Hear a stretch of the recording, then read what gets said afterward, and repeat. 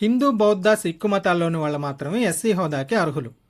అలా కాకుండా క్రైస్తవం లేదా ఇతర మతాల్లోకి మారిన షెడ్యూల్ కాస్ట్ పీపుల్ ఎస్సీ హక్కుల్ని పొందలేరు అని సుప్రీంకోర్టు ఈరోజు ఒక ల్యాండ్ మార్క్ అండ్ కాంట్రవర్షియల్ జడ్జిమెంట్ని ఇవ్వడం జరిగింది. కోర్టు ఏం చెప్పిందంటే, no person who professes a religion other than Hinduism, Sikhism or Buddhism can be regarded as a member of schedule caste. Conversion to any other religion results in the immediate and complete loss of schedule caste status. దీని meaning ఏంటంటే, హిందూ మతం, సిక్కు మతం లేదా బౌద్ధ మతం కాకుండా వేరే మతాన్ని అవలంబించే ఏ వ్యక్తిని కూడా షెడ్యూల్డ్ కులస్తుడిగా పరిగణించలేం. వేరే ఏదైనా మతంలోకి మారడం వల్ల ఆ వ్యక్తి యొక్క షెడ్యూల్డ్ కుల హోదా అనేది ఇమీడియట్లీ అంటే తక్షణమే అండ్ కంప్లీట్లీ అంటే పూర్తిగా రద్దవుతుంది అని. అంటే ఇక్కడ క్రిస్టియానిటీ అనే కాదు, ఎస్సీ వర్గానికి చెందిన వ్యక్తులు పైన చెప్పుకున్న హిందూ, బుద్ధిస్ట్ అండ్ సిక్ కాకుండా ఏ ఇతర మతంలోకి మారినా వాళ్ళ ఎస్సీ హోదా అనేది రద్దవుతుంది. ఈ టాపిక్ మనకి రాబోయే కాంపిటేటివ్ ఎగ్జామ్స్కి చాలా చాలా ఇంపార్టెంట్. ఎందుకంటే ఈ జడ్జిమెంటు రాజ్యాంగంలోని కొన్ని క్రూషియల్ ఆర్టికల్స్ని డైరెక్ట్గా అఫెక్ట్ చేస్తుంది. ఏంటవి? రాజ్యాంగం షెడ్యూల్డ్ కులాల వారికి కల్పించే రక్షణలు. Articles 15, 16 and 17. ఆర్టికల్ 15 దేని గురించి? వివక్షత గురించి.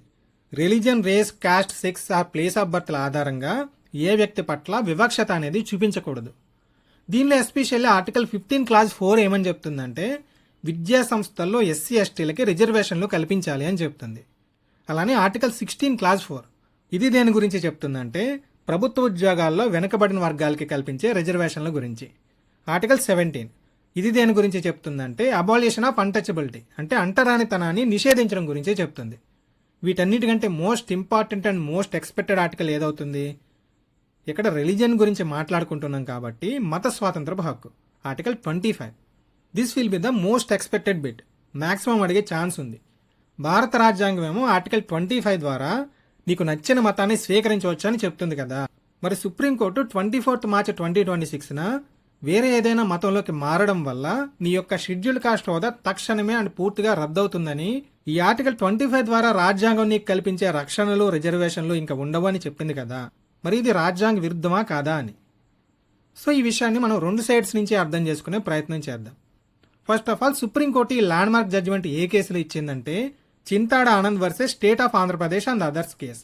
ఎస్, ఇది మన తెలుగు రాష్ట్రాలకి సంబంధించిన కేసే. సో అసలు ఇష్యూ అంతా ఎక్కడ స్టార్ట్ అయిందంటే, ఆంధ్రప్రదేశ్లోని బాపట్ల జిల్లాలో పిట్టలవానిపాలెం అనే ఒక చిన్న విలేజ్ ఉంది. ఈ చింతాడ ఆనంద్ అనే పర్సన్ అక్కడ ఒక చర్చ్ కన్స్ట్రక్ట్ చేసి పాస్టర్గా వర్క్ చేస్తున్నారు. ఈ చర్చికి ఎటువంటి అనుమతులు లేవని అక్కల రామరెడ్డి అనే పర్సన్ అక్కడి లోకల్ పీపుల్తో వచ్చి ఇంతో గొడవ పెట్టుకున్నారు. ఈ చింతాడ ఆనంద్ ఏం చేశారంటే, ఇమీడియట్లీ షెడ్యూల్ కాస్ట్కి చెందిన నన్ను వీళ్ళు కులం పేరుతో దూషించారు అని చెప్పి వాళ్ళ మీద అట్రాసిటీ నిరోధక చట్టం కింద కేసు పెట్టారు. ఏ చట్టం అది? The scheduled cost and scheduled tribes prevention of atrocities act 1989. ఈ కేసును కొట్టేయాలంటూ ఈ అక్కల రామరెడ్డి అండ్ అదర్స్ ఏపీ హైకోర్టులో పిటిషన్ వేశారు. వీళ్ళ రీజనింగ్ ఏంటంటే, చింతాడ ఆనంద్ పుట్టుకతో హిందూ అయినా ప్రస్తుతం క్రిస్టియన్, తట్టు ఒక చర్చిలో పాస్టర్గా కూడా వర్క్ చేస్తున్నారు. అసలు ఈ గొడవ అంతా స్టార్ట్ అయింది చర్చి విషయంలో కదా. ఆయన మళ్ళీ హిందూగా మారలేదని కూడా ఇక్కడ క్లియర్గా తెలుస్తుంది మనకి. సో నేను క్రిస్టియన్ కాదు, హిందువునే డినై చేయడానికి కూడా లేదు ఇక్కడ. ఈయన క్రైస్తవుడాన్ని క్లియర్గా తెలుస్తుంది కాబట్టి రాజ్యాంగం ప్రకారం అట్రాసిటీ చట్టంలోని సెక్షన్లు ఈయనకి వర్తించవు. ఈ ఫిర్యాదు అనేది చట్ట వ్యతిరేకం. సో ఈ కేసు చెల్లదు అని వాదించారు. ఏపీ హైకోర్టు ఈ వాదనల్ని సమర్థిస్తూ ఆనంద్కు ఎస్సీ హక్కుల్ని పొందే అర్హత లేదని తీర్పు చెప్పింది.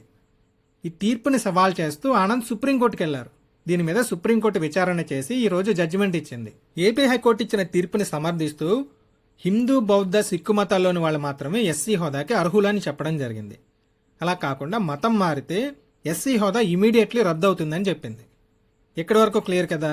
సో దీనికి సంబంధించి చట్టం ఏం చెప్తుంది, రాజ్యాంగం ఏం చెప్తుంది అనే విషయాలు కొంచెం డీటెయిల్గా చూద్దాం. ఫస్ట్ చట్టం. మనకి స్వాతంత్రం వచ్చాక ఈ షెడ్యూల్డ్ కాస్ట్ అండ్ షెడ్యూల్డ్ ట్రైబ్ల గుర్తింపుకి సంబంధించి భారత రాజ్యాంగంలో 2 ఆర్టికల్స్ని పెట్టారు. Articles 341 and 342. ఆర్టికల్ 341 ఏమో ఎస్సీల నిర్వచనం గురించి, ఆర్టికల్ 342 ఏమో ఎస్టీల నిర్వచనం గురించి. సో ఆర్టికల్ 341 ద్వారా రాష్ట్రపతి రాష్ట్ర గవర్నర్లని సంప్రదించిన తర్వాత ఆ రాష్ట్రంలో ఎవరిని ఎస్సీలుగా కన్సిడర్ చేయొచ్చో ఒక నోటిఫికేషన్ ద్వారా తెలియజేస్తారు. ఈ విధంగా first list of castes and tribes ని 2 ఆర్డర్ల ద్వారా క్రియేట్ చేయడం జరిగింది. The constitution scheduled castes order 1950, the constitution scheduled tribes order 1950. ఈ కాన్స్టిట్యూషన్ షెడ్యూల్డ్ కాస్ట్ ఆర్డర్ 1950లో క్లాస్ 3 ఏం చెప్తుందంటే, ఎవరైనా హిందూ పర్సన్ వేరే ఏ ఇతర మతంలోకైనా మారినట్టయితే ఆ వ్యక్తి తన ఎస్సీ హోదాని కోల్పోతాడు అని చెప్తుంది. ఇక్కడ చూడండి, ఇనీషియల్గా ఓన్లీ హిందూ అని మాత్రమే మెన్షన్ చేయబడి ఉండేది. మరి సిక్కులు అన్న పదం ఎప్పుడు యాడ్ చేశారంటే 1956లో యాడ్ చేశారు. బౌద్ధులు అన్న పదాన్ని ఎప్పుడు యాడ్ చేశారంటే 1990లో యాడ్ చేశారు. సో దీని ఆధారంగానే సుప్రీంకోర్టు ఈరోజు జడ్జిమెంట్ని ఇవ్వడం జరిగింది. సో చట్ట ప్రకారం చూసుకుంటే సుప్రీంకోర్టు రాంగ్ జడ్జిమెంట్ ఇచ్చిందని చెప్పలేం. No laws have been broken కాబట్టి. మరి రాజ్యాంగ పరంగా చూద్దాం. ఈ క్లాస్ స్టార్టింగ్లోనే చెప్పుకున్నాం షెడ్యూల్డ్ క్యాస్ట్స్కి బెనిఫిట్స్ గురించి చెప్పే ఆర్టికల్స్. అసలు రాజ్యాంగం కొంతమందికి ఇలా షెడ్యూల్డ్ క్యాస్ట్స్ అని పేరు పెట్టి వాళ్ళకి ప్రత్యేక బెనిఫిట్స్ రక్షణలు ఎందుకు కల్పించింది? ఎందుకంటే భారతీయ సమాజంలో, ఎస్పెషల్లీ హిందూ సమాజంలో కొన్ని వర్గాల ప్రజల్ని హరిజనులు, దళితులు లాంటి పేర్లతో అణిచివేయటము, వివక్షతకు గురి చేయడము జరిగింది కాబట్టి. సో ఈ ఎంటైర్ జడ్జిమెంట్లో కోర్టులు, అది ఏపీ హైకోర్టు కానీ సుప్రీంకోర్టు కానీ, వీళ్ళ వెర్షన్ ఏంటంటే ఇలా వర్ణాల ఆధారంగా నువ్వు తక్కువ నేను ఎక్కువ అనే వివక్షతని చూపించడం అనేది హిందూయిజంలో మాత్రమే ఉంది అని, క్రిస్టియానిటీలో కానీ ఇస్లాంలో కానీ ఇలా వివక్షత చూపించే విధానం లేదు అని. తర్వాత కొన్ని కారణాల వల్ల సిక్కిజం అండ్ బుద్ధిజంను కూడా ఈ లిస్టులో యాడ్ చేశారని చెప్పుకున్నాం. సో ఈ కాస్ట్ బేస్డ్ డిస్క్రిమినేషన్ అనేది ఓన్లీ హిందూయిజంలోనే ఉందని చెప్తుంది కోర్టు. ఇక్కడ రాజ్యాంగంలో మనం గుర్తుపెట్టుకోవాల్సిన ఆర్టికల్స్ ఏంటి? ఫస్ట్లోనే చెప్పుకున్నాం. Article 15 clause 4 first amendment act of 1951 ద్వారా యాడ్ చేశారు.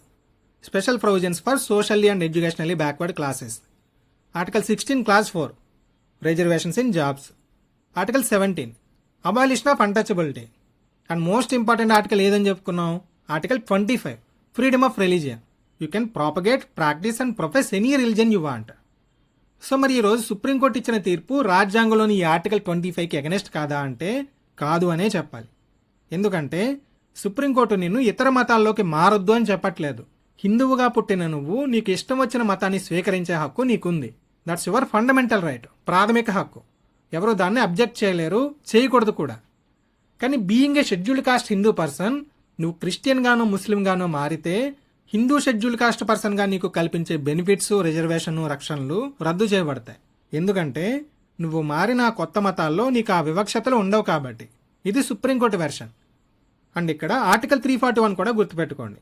స్టేట్స్ అండ్ యూటీస్లో ఎస్సీస్ గురించి నోటిఫై చేసే అధికారం ప్రెసిడెంట్కి మాత్రమే ఉంటుంది. మాడిఫై చేసే అధికారం పార్లమెంట్కి మాత్రమే ఉంటుంది.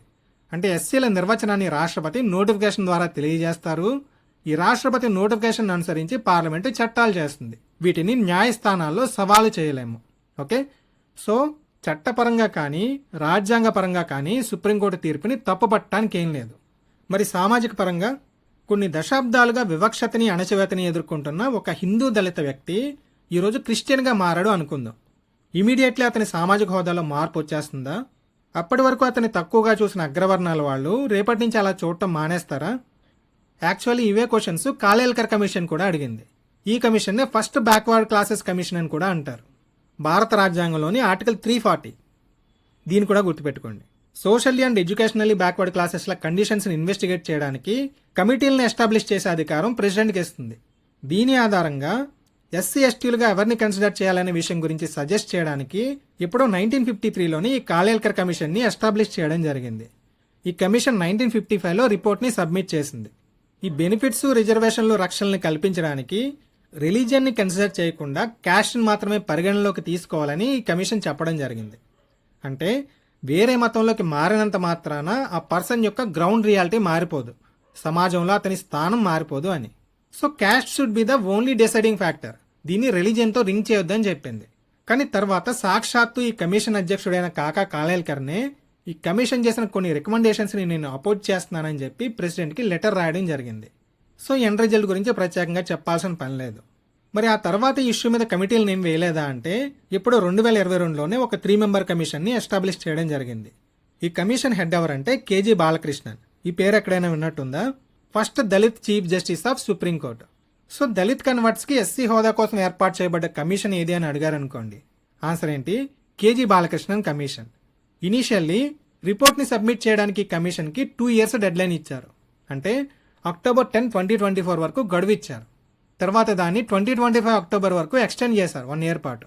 మళ్ళీ ఈ డెడ్లైన్ని ఇంకో 6 నెలలు ఎక్స్టెండ్ చేసినట్టున్నారు. సో ఇప్పటివరకు ఈ కమిషన్ రిపోర్ట్ అయితే సబ్మిట్ చేయలేదు. కానీ ఈలోపే సుప్రీంకోర్టు ఈరోజు ఈ ల్యాండ్ మార్క్ జడ్జ్మెంట్ని ఇచ్చేసింది. సో ఇక్కడ పైన చెప్పుకున్న ఆర్టికల్స్ని, చట్టాలని అండ్ ఈ 2 కమిషన్స్ని గుర్తుపెట్టుకోండి. చాలా చాలా ఇంపార్టెంట్. డెఫినెట్ క్వశ్చన్స్ ఎక్స్పెక్ట్ చేయొచ్చు.